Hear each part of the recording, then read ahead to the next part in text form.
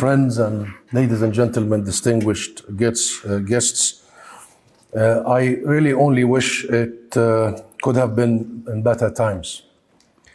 Nevertheless, I am pleased that you are here this evening to join me in welcoming our dear guest, friend, our honorable guest tonight, the very Reverend Dr. Munther Isaac, my very dear friend, the Reverend Pastor of the Lutheran Church in Bethlehem. Reverend Isaac is one of the pillars of the Palestinian Christian community and a leading light for many of us. So we are honored to have him here with us this evening. Friends, we wanted to be here at this historical venue, not only because it is fitting for our guest.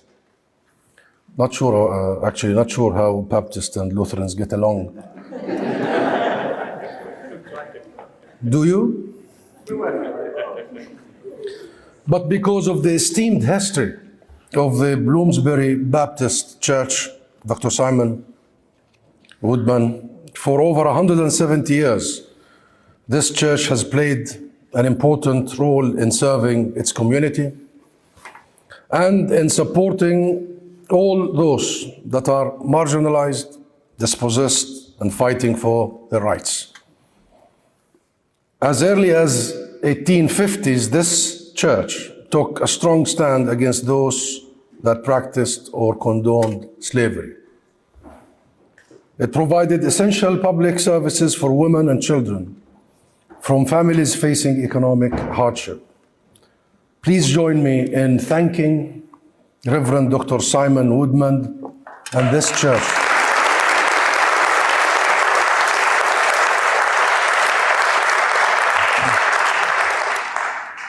Also join me in thanking the brilliant, energetic, inspiring team of the Palestine Mission to the UK who have organized tonight's evening.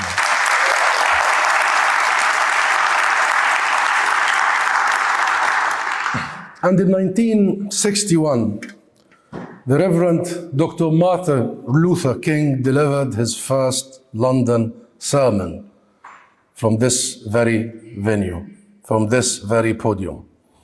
Dr. King is, of course, known for his leadership and tireless commitment to the civil rights movements in the US. His hope, fueled by an unwavering conviction for justice and equality. If you can't fly, then run, he said. If you can't run, then walk. If you can't walk, then crawl. But whatever you do, you have to keep moving forward. And though we are living in the darkest of days, though we are witnessing an ongoing genocide against our people, the Palestinian people, and though Israel is entering its endgame with clear intention to push people out of Gaza, out of Palestine, in a bloodier repeat of the 1948 Nakba. It is King's words of hope that should nurture us all. We will fly, we will run, or crawl, so long as it takes to liberate Palestine and liberate our people. We will do so until justice is served, until we, the Palestinian people, are treated equally to all other peoples in this world, until we can raise our children in safety and peace, and with freedom and dignity, without an occupation choking our existence. So, my friends, we are in the 5th month of the bombardment of Gaza. 100,000 people have been killed. Innocent people have been killed, maimed or injured, trapped under the rubble or missing, the vast majority of whom are children and women. What is happening is truly unconscionable, unimaginable, It is ethnic cleansing, mass expulsion, mass starvation, mass disease. It is genocide.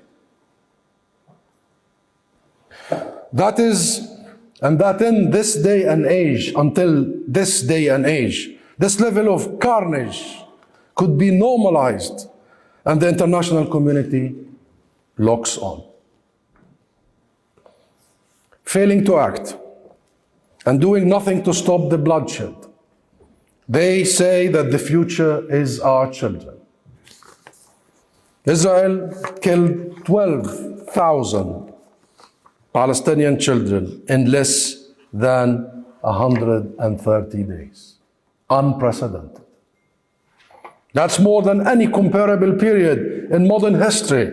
More than 17,000 Palestinian children are orphaned, and parents resorting to writing the names of their children on their bodies so they can be identified if and when they are killed.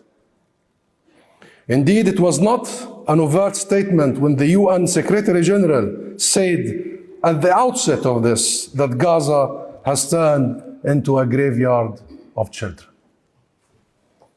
So, my friends, the scale of the killings and destruction is unprecedented in modern history, in every sense, in every count. Israel has killed most doctors and medical staff, most UN aid workers, most journalists in human history. And now, we are seeing Israel preparing for another push into Rafah, the city of my birth. I'm a very proud Rafahian, where conditions are already horrific.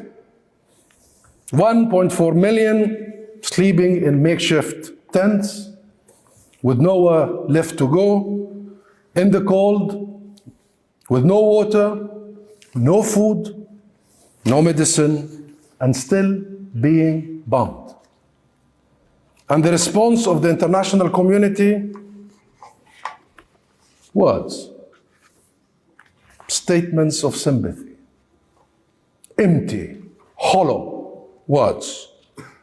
And those words are not enough. Words are not enough. We are past the time for mere condemnations and concern. It is time for states to act in accordance with their own laws, their own obligations, their own responsibilities, in accordance with responsibilities under international law and obligations under international law. If not for any moral convictions they may have. South Africa has shown how states should behave. And please give an applaud to South Africa, because they did.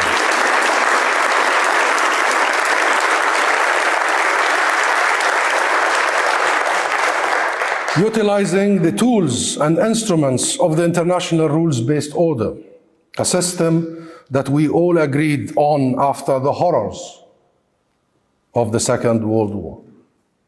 All of us said never again, but the never again was meant for all of us, not some of us, not the few, but every one of us. Never again, we said, and yet here we are again. How much more blood must be shed before these communities and these countries and these governments take any action and hold Israel to account? Last month, the highest court in the world, the ICJ, the International Court of Justice, officially put Israel on trial for genocide. We should not have a discussion after that. This is the highest court, saying that there is substantial evidence, plausible evidence, of Israel committing the crime of all crimes, which is genocide. And now Israel is officially on trial for genocide. It is the responsibility of every state, including the United Kingdom, to support the ICJ in investigating and holding Israel to account for its crimes. It is the responsibility of every state to stop arming Israel and implicating themselves in Israel's genocidal campaign. This is the law, by the way. And the ruling of the ICJ is very clear. It does implicate third parties that are complicit. And we will pursue this. It is the responsibility of every state to listen and take note when over 70% of its citizens, the British people, are calling for a ceasefire from the second week of the aggression. More than 70%. So not only it's anti-domestic law, not only it's anti-international law, it's anti-democratic. So friends, earlier today we attended a peaceful rally for Palestine and for peace. It is heartening to see that while the leaders are failing us, the people and the public conscience, our collective humanity, is so alive and kicking and outpouring and inspiring. In these challenging times, it is important that we hold on to this solidarity and continue to give each other hope for a better future and a better world. And with that, allow me to welcome my very dear friend, Reverend Dr. Munther Isaac.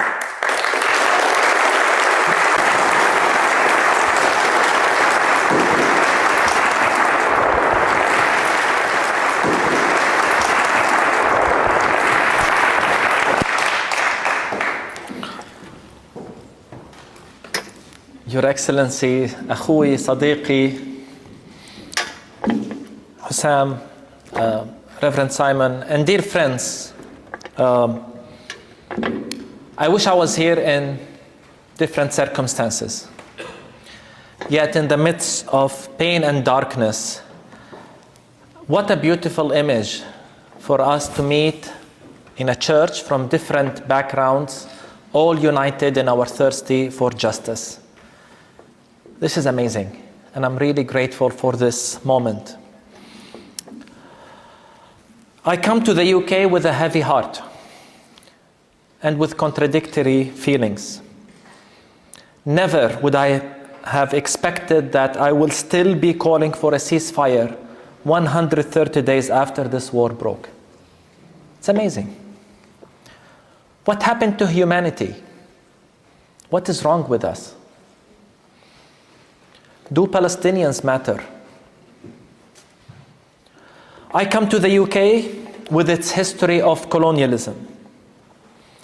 I think of the infamous supremacist Balfour Declaration and the consequences it carries even today on our lives. Has the UK apologized yet? Has it taken responsibility? I come here knowing too well that for 76 years, the UK has provided unwavering support to Israel, even when Israel continues to occupy Palestinian land, build settlements, promote ultra-nationalistic and exclusive ideologies, and sustain a system of apartheid in our land, as attested by numerous respected organizations. With all of this, the support continues. And I come here knowing too well that the UK Prime Minister, like many other Western leaders, came to Tel Aviv immediately after October 7th to provide cover and to give the green light for this genocide and to offer to pay the bill. And what's really appalling is that all these politicians later are concerned. They want to tell us. They raise concern about the number of civilian kills. No, we don't believe that. You came and gave the green light to this. And what's even more frustrating, Israel alleges that some members from UNRWA were involved in the attacks on October 7th, and support to UNRWA immediately stops directly from countries around the world, including the UK. The amount of hypocrisy is incomprehensible. And the level of racism involved in such hypocrisy is appalling. We are tired of this. We are tired of this hypocrisy. We are tired of being dehumanized. We are tired of the distorted narratives that portray us as the aggressors, whereas in reality, we are colonized and occupied. as my good friend Hussam said, the situation in Gaza is beyond horrible. The